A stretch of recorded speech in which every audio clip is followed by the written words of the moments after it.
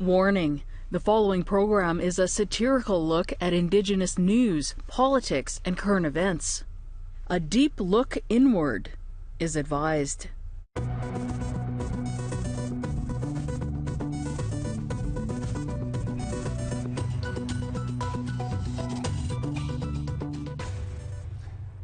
Anin bonjour, welcome to the show, my friends. I am Tim Fontaine, and this is the Laughing Drum. We've got an exciting show tonight. The Red Power panel is here, and they are ready to go. But before we get to them, let's see what's been happening on the news. We begin in politics, where former Justice Minister and Attorney General Jody Wilson-Raybould testified before a committee looking into the SNC Lavalin scandal.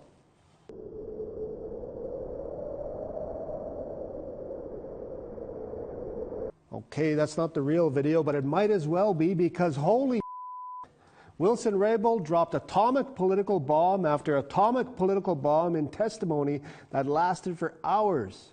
Seriously, holy right out of the gate, Wilson-Raybould was naming names.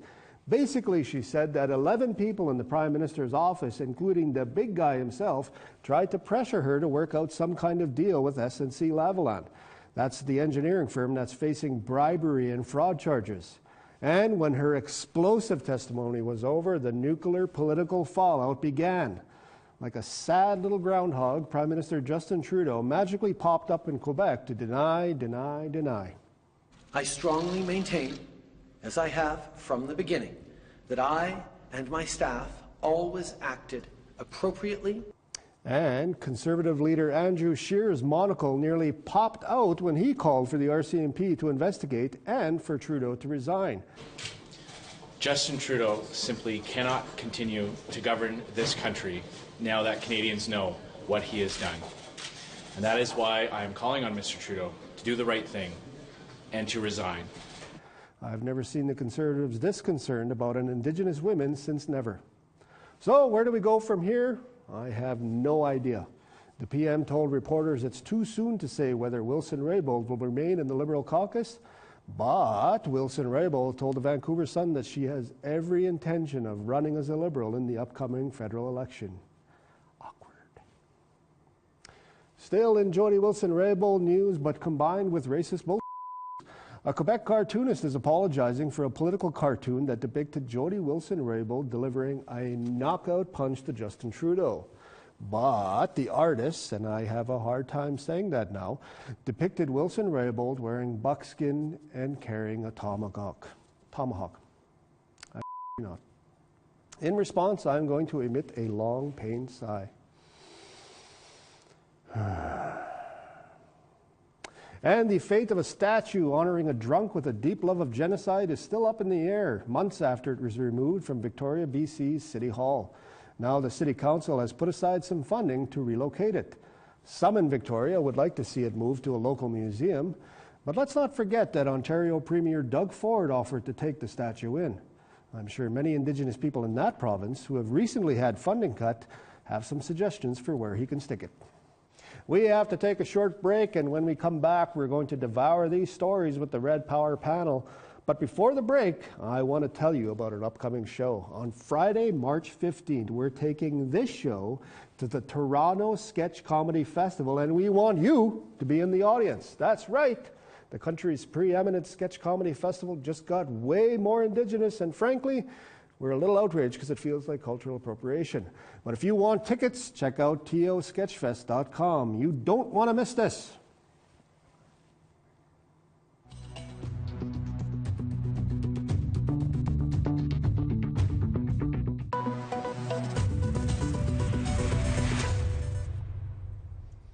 And welcome back to the Laughing Drum, my beloved Laughing Drumlets. I am your host, Tim Fontaine, and I am excited to be here with you and this year Red Power panel. This week, the Red Power panel is mustache enthusiast Sasha Mark, the pride of Couchiching, Alyssa Black Wolf Kixon. I don't know why that's making me laugh. And Jerry the Big Bear Barrett. All right, it's been a crazy week, and really, literally the only thing anybody is talking about, Jody Wilson-Raybould's testimony at a Commons committee investigating the SNC Lavalin affair. affair. It's an affair. Wilson-Raybould wasted no time naming names and told the committee that people in the Prime Minister's office pressured her to strike a deal with the engineering firm because if they go down, Quebec jobs are at stake or something. Red Power, it's the best summation I could come up with. Red Power panel. Yes. For days, people were waiting to hear Jody Wilson-Raybould speak. What is this how you thought it was going to go down? I waited. I was impressed. Yeah. Michael Cohen's speech, I think, went the day before. Yeah. And America waited for that. In Canada, we waited for Jody's I think it was presentation. the same day, actually. And boy, you know, the household stopped. I put everything away, put on some pants, and watched the coverage on the TV. You got one of those TVs in your house, I bet. Yes, a television set. That's not right. In color. It's color as well. But we went on a bit, and then I kind of lost interest after a while. Well, it went on for like 4 hours, right? Yeah. So, I mean, but Alyssa, were you surprised at what you saw? I was hoping for some truth to come out of the government, because that never happens. Alleged truth. Alleged truth. All right, truth. Some truth. But I mean, there was something so satisfying about having an Indigenous woman just, you know, like, come down hard, and then afterwards I went outside, had a smoke. I was just like, oh yeah, that was great. Woo! Sasha, were you surprised that this? I mean, this was really, it's a political bombshell. I mean, we haven't seen anything like this for sure. On the Justin Trudeau's end, you saw somebody whose stories changed way more than like any story I've ever heard before. So like it's like okay, it's so choose your own adventure. It's like a choose your own adventure where the ending is just you know like. So the Prime Minister, speaking of the Prime Minister, he denied any wrongdoing, and many in the Liberal Party say the same. This might be a tough question, but in your eyes, as an audience member, who seemed more credible in this story? I don't know. I mean, only one. It seems to me that only an Indigenous woman and white crybaby crocodile tears Trudeau. I mean, really, like who is more credible? I like the fact. I believe. I'm not sure. That sounded like sarcasm. Sure.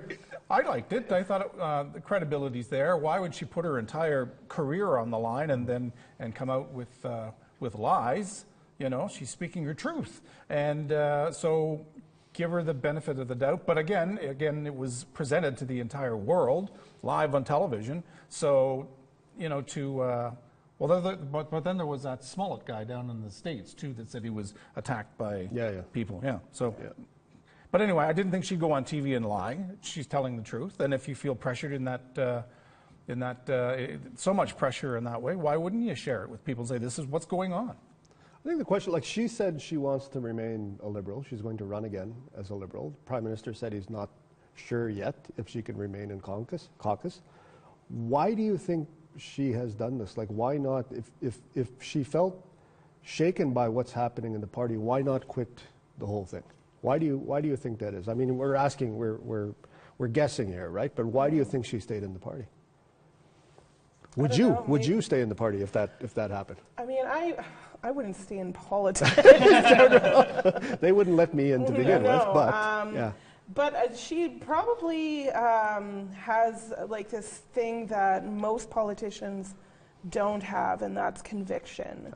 And she's probably like wanting to really like have a proper representation of that party. I mean, I'm not a supporter of any parties, but that's what I'm guessing is that, you know, she's like, let's bring some respect back to politics. Respect, yeah, and truth. Mm-hmm. Do you think that, is this hurtful? Is this harmful or helpful for the Liberal brand?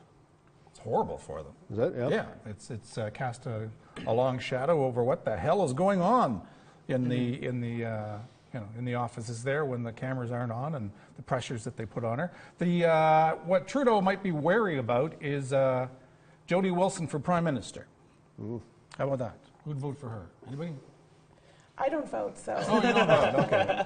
But then I also thought, now here's the thing, here in Manitoba, recently a lot of Indigenous leaders in northern Manitoba got together to try and perhaps organize an Indigenous political party. Mind you, there's been some in the past, but now they're thinking of that. And maybe she would consider jumping to an Indigenous political party. Yeah. That would be cool. Yeah. Maybe I would vote. Sasha, you're a young person. I am. Thank you for noticing. Thank you for noticing. McFly. When you see things like this, because you're Alyssa aside, you're most likely not to vote if we look at the statistics. When you see situations like this where there's all this different fighting and stuff like that, you and your fellow young people, does it turn you off politics? I think that to a certain degree, it's quite the opposite. You see somebody who's being very empowering, and to be Indigenous, I guess, to me, it's hard to be pro-Indigenous and pro-government at the same time. Being pro-Indigenous pretty much aligns with being also anti-government. But you're seeing somebody like Jody Wilson-Raybould speaking the truth about a situation that's occurring, and I think when young viewers see something like this, they can resonate with a lot of power behind that, and they're like, hell yeah, we're with you, you know? So I think that for us, we have difficulty relating to Justin Trudeau, and that's why we also take a step back from politics. But when we see somebody who's doing things that we admire and see in ourselves in politics, that's who we gun for. So I saw a story once on an Indigenous woman who wanted to become a politician and get into government and do stuff. And she went through the entire process, high school, graduated at the top of the class, went into university, and then took her LSAT, went and she passed her all her exams, and then she was being called to the bar, and then she had to pledge allegiance to the Queen. Oh, that's right. And that stopped her dead in her tracks. She said, nope. I thought, all that time. But, she probably thought the process over, and then thought, I can't do it. Wow. That was inspiring to me. Yeah. Okay, I think we've got a bit of time to talk about this political cartoon. I talked about it in the headlines. I think you've seen it. It's a political cartoon out of Quebec depicting Jody Wilson-Raybould delivering a knockout punch to Justin Trudeau, which is, people didn't have a problem with that. But he dressed Jody Wilson-Raybould in buckskin, and she was carrying a tomahawk. And tried to squeeze as many stereotypes into one cartoon as possible. I think he had a joint flying out of his mouth in the cartoon. Well, that was and the UN was involved in somehow letting refugees in. Yeah. Yeah. And who did this? It was a political cartoonist in Quebec. He apologized for it, said he was... Oh, then it's okay. That was one of the questions. That was one of the questions I was going to ask. Is an apology enough in something like this? Reconciliation is a beautiful thing, You make racist cartoons, and then you say sorry, and then you're forgiven. Your career is untouched. And we've been through this before, where the cartoon, he had to come up with the idea. He probably ran it past his partner. What do you think of this? Oh, yeah. And then it has to go up the chain of command. Was this with a newspaper? Yep. Yeah. Then it has to go through the editor and has to look, that's a fair representation of what the hell's going on here. Yeah, put that on the front page. But the other thing that struck me is that it seems like there's a guidebook here, because almost all of the political cartoons about Jody Wilson-Raybould and Trudeau, this situation, shows them in a boxing ring. Or it's some sort of physical fight, right? And some of them were where he was like physically trying to silence her, right? So, yeah. Anyways, we're going to take a quick break, and when we come back, we're going to talk a bit more about this and a few other things. Don't go away, or we will lose our funding.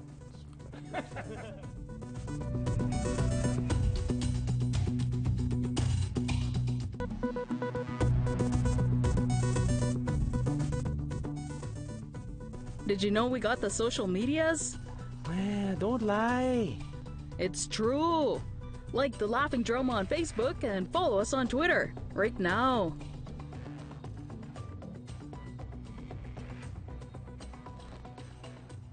Welcome back to the show. This is the Laughing Drum, where we don't believe in blood quantum, but if we did, one sip of our blood would render you 300% Indigenous.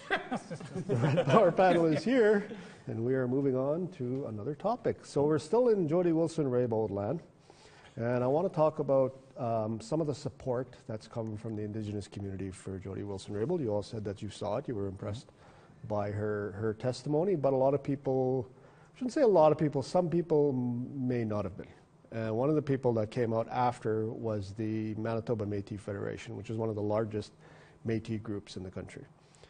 Now, they said they were not so supportive. They said that they've got a very good relationship with the Trudeau government, and that Jody Wilson-Raybould essentially abandoned her post, including some deals that were being worked out with Métis veterans and the CFS file, all of these different things. What are your first thoughts on this story? Well, you can't make everybody happy all the time, you know? That's the thing about politics. Well, well, Tim, you're the exception to the rule, of course. When there's money involved and again, projects already in motion and a lot of lobbying's gone on, you know, and you got to pay those hotel costs for that person, whoever went to Ottawa on your behalf, and the meals and the travel and the Uber, you know, all these things add up. So I can see where they don't want it, you know, don't upset the apple cart or the Red River cart, as the case may be, you know. Things are fine right now. Nobody move. We got it. And then something like this happens, and then, oh, God. Yeah. Yeah, so I can see people being a little testy. Yeah. Also, did you say Uber? Uber. I was going to say Uber.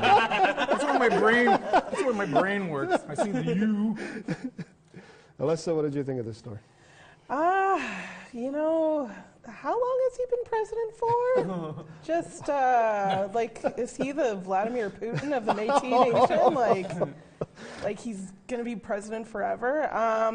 I mean, what I saw when I saw him backing up Trudeau and saying that, you know, Jody was jeopardizing reconciliation was, all I saw was cha-ching, cha-ching, cha-ching, cha-ching, cha-ching, cha-ching.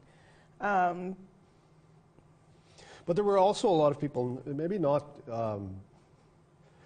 bashing her or not supporting her because of Trudeau, but because of other things. There were some people that on social media, I won't name names here, I'm not Jody Wilson-Raybould. Terry Barrett. No, who said that, I mean, her time in politics was not, it didn't seem overly pro-Indigenous, right? There were some silent periods, Site C Dam in BC, you know, the framework agreement. There were certain things where they hadn't heard from her where people were critical of her in the past. Well, just because she's Indigenous doesn't mean that she has to go 99% Indigenous, with every... the government has to function. The Canada has to function as a country. So there are infrastructure. There are, you know, different portfolios that need attention.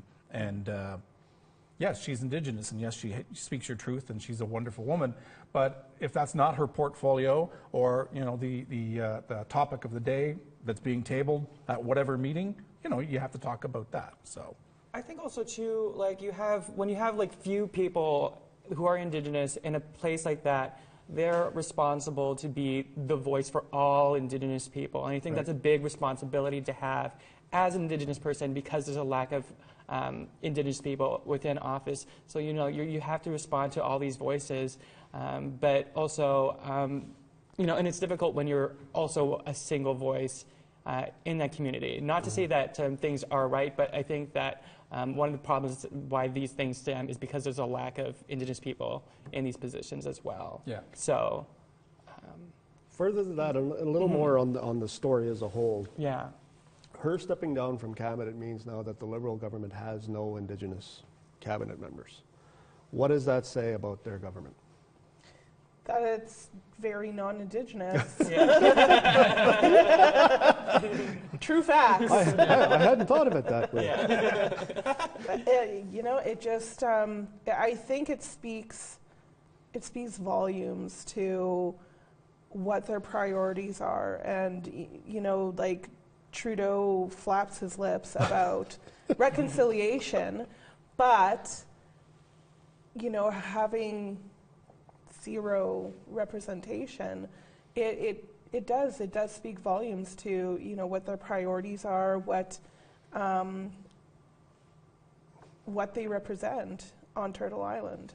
I think that's why Ancestry.com was invented. So I think the entire Canadian government, Trudeau's inner circle, they should all take a little test, and if 1% comes up, as you said, the blood quantum, if it comes up, then then they're good to go, right? There was a story on CBC about a Chihuahua that took a DNA test and found out it was Indigenous. Very nice. If the Chihuahua can A res do dog. A res dog. Okay, let's shift gears here for a second. Let's leave Jody Wilson-Raybould land for a bit and talk about drunken statues. Yes, my favorite. Genocide-loving statues.